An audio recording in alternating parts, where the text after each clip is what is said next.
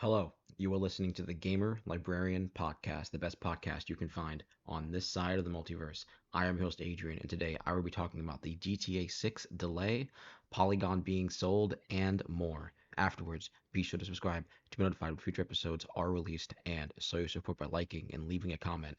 Thank you for joining.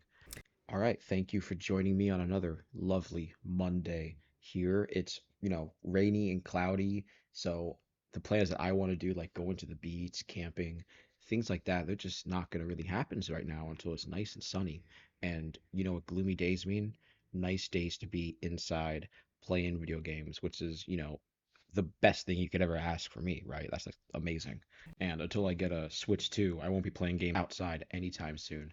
And until then, we have a lot of video game news to talk about because a lot happened in the last week where, things are shifting in the gaming industry, right? We're going to try and talk about, the larger news, towards the end here. I got some smaller articles like apparently the Warhammer devs for Space Marine 2 are working with modders to collaborate on a 12-player co-op mode where they're going to introduce like additional raid style missions.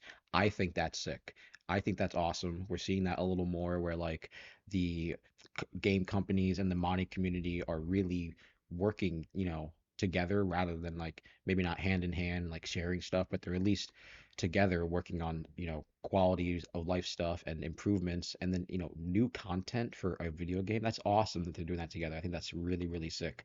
So congratulations to them for being able to do that. I would love to see more of stuff like that implemented in all kinds of games. We saw that with the Oblivion remaster that came out last week as well, where the devs gave out keys to the new Oblivion remaster to the modders of like the Sky Oblivion game. That's going to be for the Skyrim mod or something, which is sick. I think that's really awesome. Speaking of the Switch 2, I saw that apparently I think physical retailers, the retail stores in Japan are only giving out pre-orders to people who have spent certain amount of money at those stores or maybe those companies, and there's probably like some kind of waiting list there. That's pretty crazy. Online was pretty horrible enough. I think here in America, we're going to have some physical stores, have some stuff, I think the day of launch, but I really haven't seen much of that. I really have to try and keep up on that because I want to switch too. I really do. This is pretty big news to me because this involves a game that I love to play, and this is honestly a really good excuse to finally get back into it and really play it fully with all the full updates. I'm talking about Stardew Valley. Now that I guess I think it's 1.6 update, probably on PC and maybe all consoles, probably all at the same time. I would love to go and play that game again.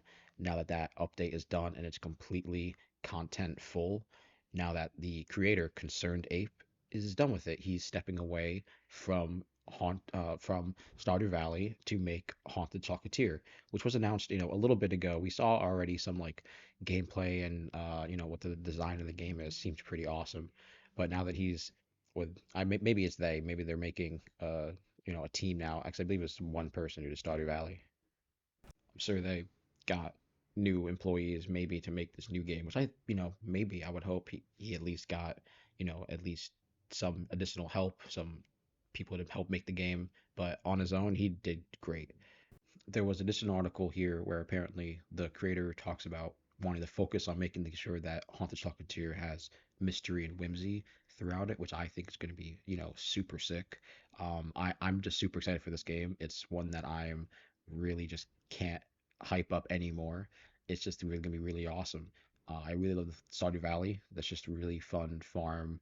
It's like an RPG kind of. You're not really going on an adventure. You still have like battles. You can go into mines and fight things, but you still like build kinda. You do a farm. You can grow stuff, sell stuff, make romance, friends with like the people in town, learn all kinds of stuff with them. Stardew Valley is an awesome game if anybody hasn't played it. So I just really feel like this haunted candy factory game is going to be really, really super sick. Apparently, they announced a Gears of War Reloaded remaster, I guess, of Gears 1 that's coming out to all systems. That's pretty sick. That came out like today, the announcement apparently. It's just called Reloaded. And it's apparently just the first Gears of War Ultimate Edition that's already came out. I think that's pretty boring. It's just, meh. You should just do a collection. There's like four main games that you can just put into one big bundle. I think that's pretty, really, really boring. So bigger news, right? I think we all know that prices for games have gotten pretty crazy over the last like 10 years. $70 I think is a lot. $70 is a lot for some of the games that have already come out. And now we've hit the benchmark with, not just Nintendo on their Switch, it's claiming some of those games at $80 already. Xbox Xbox put out that they're putting their stuff to $80. They boosted the price of their current gen console by $100. Wild, wild, super crazy. At least for like what they are priced wise now, initially from whatever they were launch, right? Because I think they have like here like a Series S is like pretty cheap, but the main system, the X, is like up in $100. That's super crazy. And then accessories and like things like controllers have gone up in price as well, like a whole $10, which is insane, super insane. So obviously things are just catching up with manufacturing and physical products at least, but video games I think is a different sell. I think if a physical game makes sense if they're you know, up in price. But digital, I think maybe shouldn't necessarily be that same kind of price point. And then we obviously have like the collector's editions, which are, varying in what is worth of the price, depending on whether it's an actual bag or a supposed, statue that you're going to get or artwork or a patch or something that might give you asbestos poisoning. It's not really, you know, super coveted, those things, but people love them, people enjoy them, they're fun, but the price point is a big tipping point for a big contention point for a lot of people on these games. And on a bigger note, a game that people speculate might be the most expensive game of like, I guess all time, at least like collectively. Obviously, like made is GT 6. We all know that this game is like one of the games everyone's just waiting for. I mean, it's been 10 years since 5, and Red Dead Redemption 2 wasn't necessarily uh, the multiplayer game that I think everybody expected to really come out since GTA 5, right? The single player game obviously slapped so hard, super great, and then the single player for 5 is also phenomenal, but it's, in my opinion, it's the multiplayer that is really what everybody is waiting to see and how that's implemented. I don't think the single player is going to be anything different than we've ever seen before. Maybe like Shared Worlds. I don't know. That might be kind of fun. They kind of have that multiplayer, but I kind of like that with single player to a degree. That might be kind of enjoyable. But for multiplayer, the elephant in the room is the shark cards and the monetization, and then what kind of stuff is going to be in the game for the multiplayer. And from somebody who was there at GTA 5's launch, the story mode came out I think like September, early September, and like 2 weeks after 2 weeks after was the multiplayer launch. And the multiplayer was really fun. It had multiplayer modes, it had some free roam stuff, and I don't even think it had like races at the time or anything, but it was super bare bones minimum at the time. And nowadays, if you go in now, it's like an MMO. It's so content rich that the fact that I think it's free to play on every console right now. Game Pass, I know, has it. I think it's been on free for PlayStation Plus for a while. Steam, I think it was super massive that game when that game went onto PC. I think like maybe 2015 or maybe after.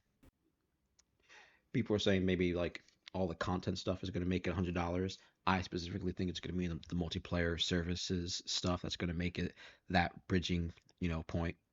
Unless there's like a subscription service that they add to it, which might be. They already kind of had that with the last game, and I really don't know how that's going to work with like transferring over from a 10-year-old service to now. So they probably just have like a whole different infrastructure rather than just going to port over whatever their Rockstar services is. But it was delayed. The delay was, I think, May next year, 26 or something, but it doesn't really matter. I think delays are good. I think that it's probably might get delayed again. Just, I think you should always assume that. And I think it's beneficial that these games get delayed. It's probably to avoid making the game come out now and then maybe not be good, like be buggy or anything at an already high price point of $80. and then they're like, oh, maybe if we do the $100, how dare us put out this buggy game at $100, right? That would be awful. And I think people will have like a good um, belief in Rockstar because of their history with their titles. Now, I think whether or not they've come out buggy or broken or worked like at launch, I think is different. I remember them being pretty good. Single player for GTA 5 was pretty good, and single player for Red Dead Redemption 2 was awesome at launch. Multiplayer, I'm not really gonna judge those. I didn't really play a whole lot of those specifically at the time. I don't really remember, but I'm hopeful that this game isn't $100 by the time it comes out. I think 80 is a good price point, and I don't really say it or see it being buggy or any way. I'm more concerned of how the multiplayer is implemented. I say the multiplayer should be like free to play, right? It should like be free to play from whatever it comes out, and anybody can do it. But if you do like the subscription service, you can just pay for that and have like some extra features, and then you get access to full content of the multiplayer service. Or you can pay like the $60 or $80, single player game and get access to all the single player content on top of multiplayer stuff. Because I think that there's probably a good amount of people who are just like the Call of Duty shooter fans who only do the multiplayer aspect of games and not the single player.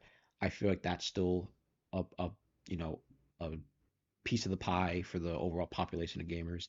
And then we have the ones that do like GTA, where they only do the GTA social life kind of role play or whatever multiplayer stuff that you have in those games, and they don't do the single player stuff maybe. So to that point, I think it's beneficial to maybe distinct that. I think that what Xbox did with Halo Infinite was really good, where they had the multiplayer be free to play. You could just download it off rip and play it, but you could get Game Pass or pay for the single player.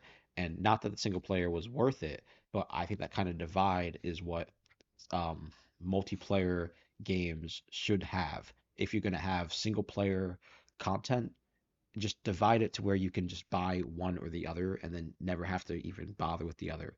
Multiplayer should always be free to play. That's just a lot easier because then you just act like that barrier to entry is just so much easier for anybody to get into.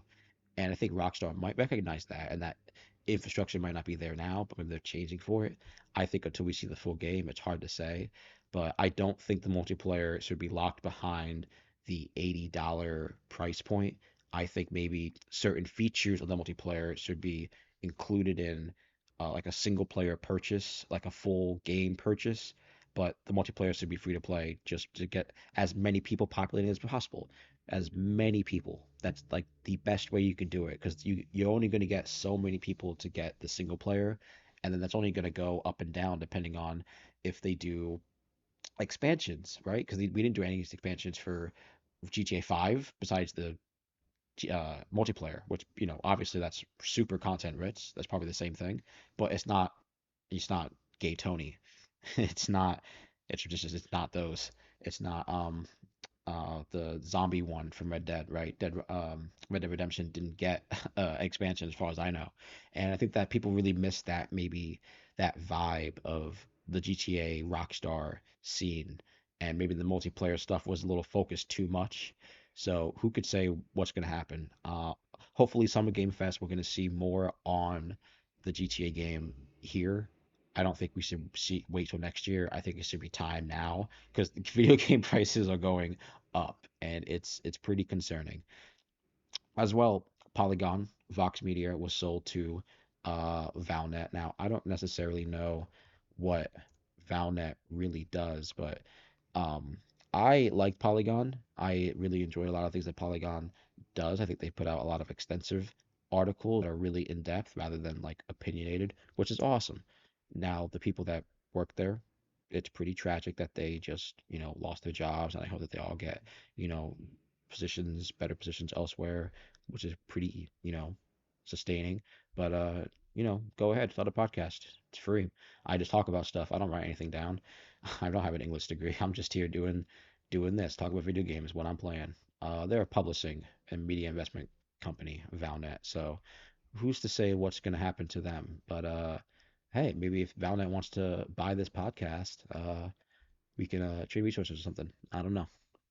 And, besides gaming news, I've been trying to play games. May is a packed month. I'm gonna try and do my best to get Dune Awakening. I would love beta access. I would really enjoy to have beta access to at least try it out before I pay for it, or at least get a little head start into the 20-hour campaign, just to be able to do that. But there's other games that I'll probably sell out money for this month, if not for Dune Awakening. So Doom Dark Ages is a guarantee because I really like Doom Eternal. I think Doom Eternal's gameplay was so solid. And I don't really want to go back and do 2016 on the hardest difficulty, but I will be doing Dark Ages on the hardest difficulty when that comes out. I think it's the 9th. That's probably the end of this week, I think, is when Dark Ages come out. And at the end of the month is Elden Ring, Night Rain. Everybody knows what this game is. We're all hyped for it. There's an overview video. They talk about like pretty much just the extent of the game, how it works. I think it's a pretty awesome overview, and you can see it with all the classes, what they put out at launch. I want to see what they're going to do with the DLC classes. We're probably going to see characters from Elden Ring be the DLC. That's probably what it's going to be. Maybe like Melania or Radon or something like that potentially. So those are the games that come out this month. Those three: Awakening, Doom, and Elden Ring. But what I'm really trying to finish is Expedition 33 because this is a banger of an RPG. And I've been seeing so much on this game, so much. The French president recognized this game for what it is, and it's culture. It's culture because there's literal France in that world. It's a fictional France, and it has awesome French music, French dialogue. I think it's sick. I think it's awesome game. It deserves all this recognition. I've even seen articles where I don't know if they work at the company or not, but some people are saying that the game's success is tied to Oblivion being shadow dropped and then also being on Game Pass, and I think that's untrue. I think that's very untrue. Now, like it being a Game Pass, do some people get a chance to play it at like a cheaper, more accessible way? Yeah, sure. But we're talking about a turn-based RPG with four parry mechanics, four dodge mechanics, really. Four defense mechanics. We have a dodge, a jump, and two parries, two different parries. As far as I know, that's all we have. I'm only in Act Two, but I think that RPG fans know what a good RPG game is. This has like costumes that you can not just buy, but you can earn. You can even fight the merchants in this game. The gestuals are so cool. The gestuals are awesome. I can't put this game down. The parry, like I have to focus on the parries so much.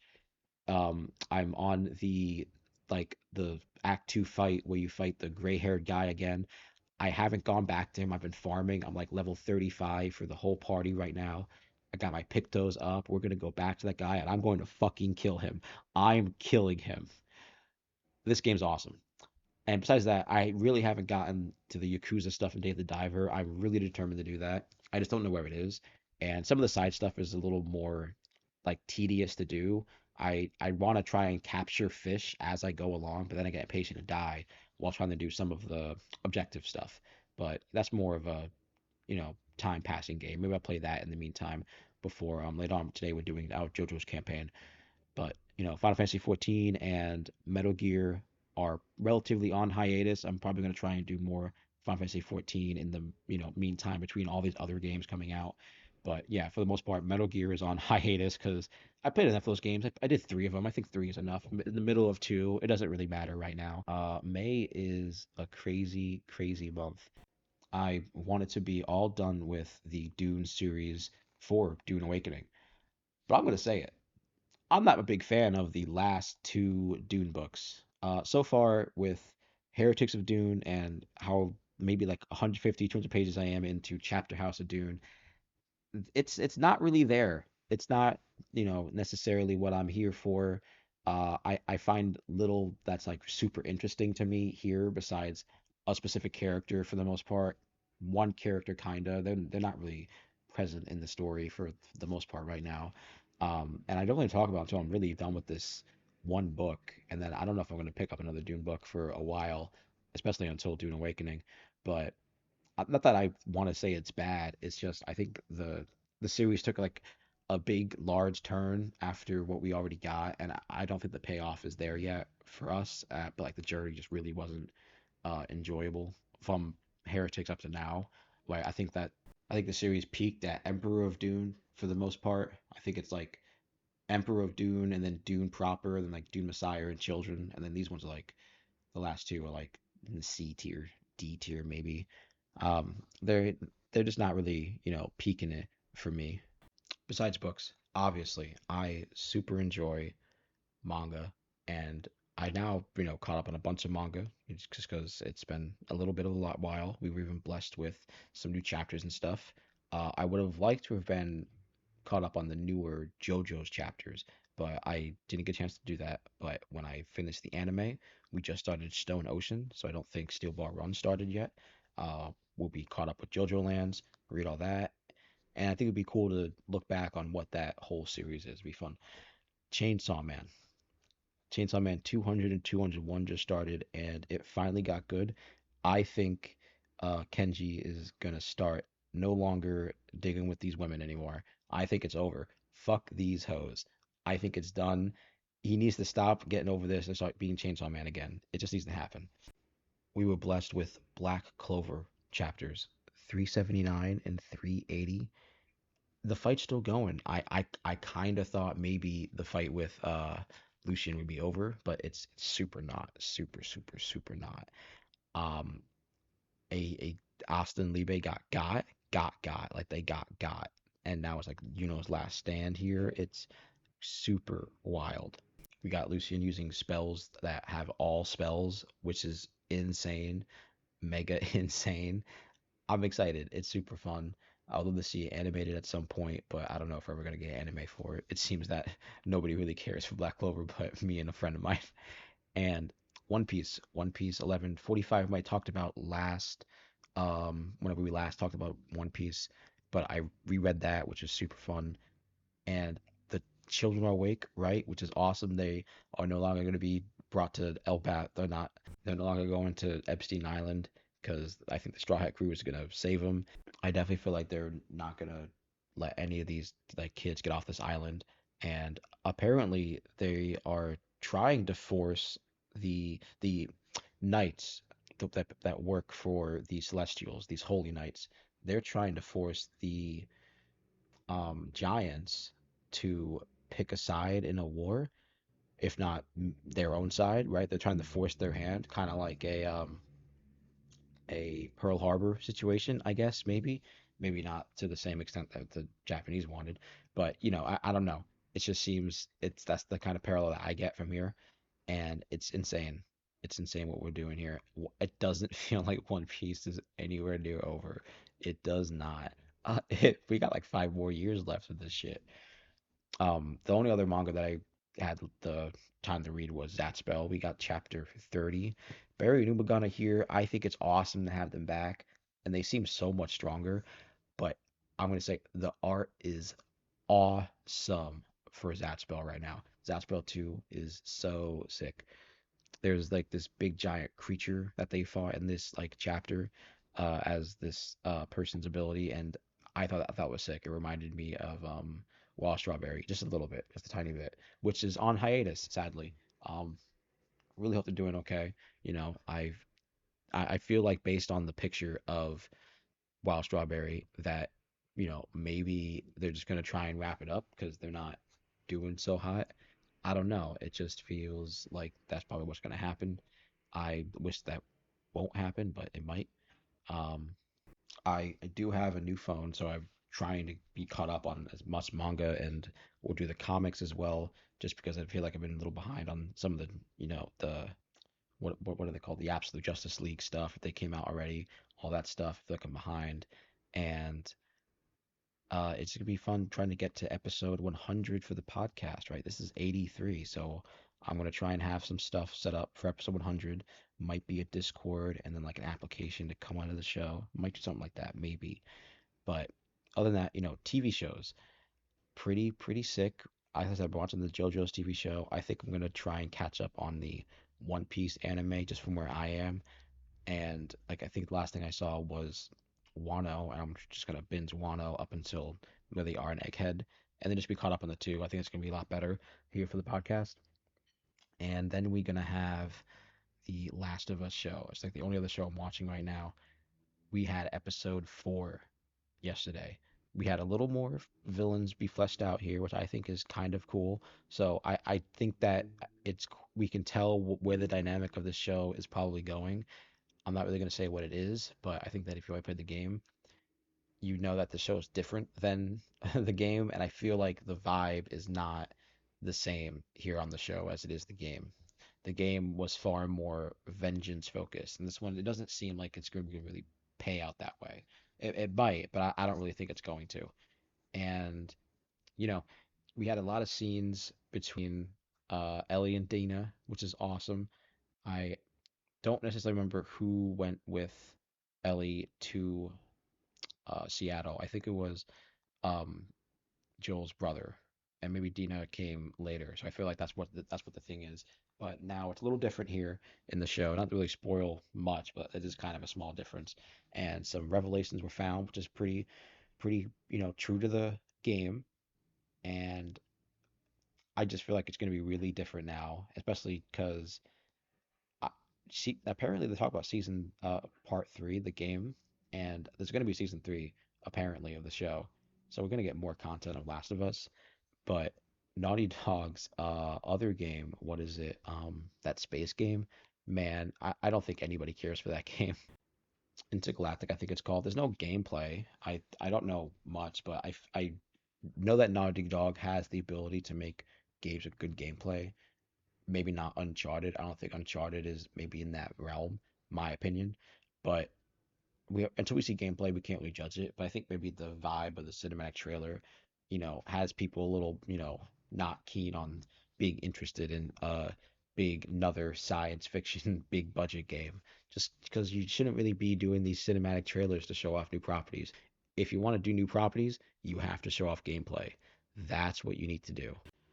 We are about to wrap up. It's going to be relatively shorter episode than normal for now, but I like to be more caught up on some of the games as we talk about them in a lot more detail. I want to see where they're going, and not a whole lot of game announcements specifically. So we're not really going to be talking a whole lot about that. Although I did see some trailers for movies, which seemed pretty fun. The Final Destination. I'm a big Final Destination fan. I've seen them, going up, all of them, and it'd be really cool to do a rewatch of all of them for Bloodlines. I don't think Hannah has seen any of them, and apparently this one ties into those movies, which is going to be sick. They all kind of loosely tied together initially, but obviously the plot is I think a little more focused on this one. And the trailer seems pretty cool, even though the trailer kind of showed off a few more deaths than I would have liked, which maybe they'll have a little more shock value coming to it. And just to really wrap up on the movie stuff is Trump announced 100% tariffs on all non-US movies. Not to mean that like uh we're not going to get them here. It's just that it's probably going to be more expensive for them to be brought over here and then us to pay for them initially, which sucks because I like a lot of foreign movies. I think a lot of foreign movies are really good. So that really blows. But that's not necessarily that big a deal. I'm not really going to go out and see a lot of movies now. I know that the Thunderbolts is in theaters now. People are saying that movie's awesome. I really want to see it. I don't know if I'm going to pay theater prices, but maybe whenever Captain America and that go on Disney Plus is when I'll pop those in and watch them. But yeah, until then, I have Chinese foodie and I would like to play some Dave the Diver or something. And you guys should let me know down below what you think of the entire game pricing situation. What video games would you pay $100 for? What game franchises would you pay $100 for? Let me know in the comments below. I will see you all next Monday. Peace.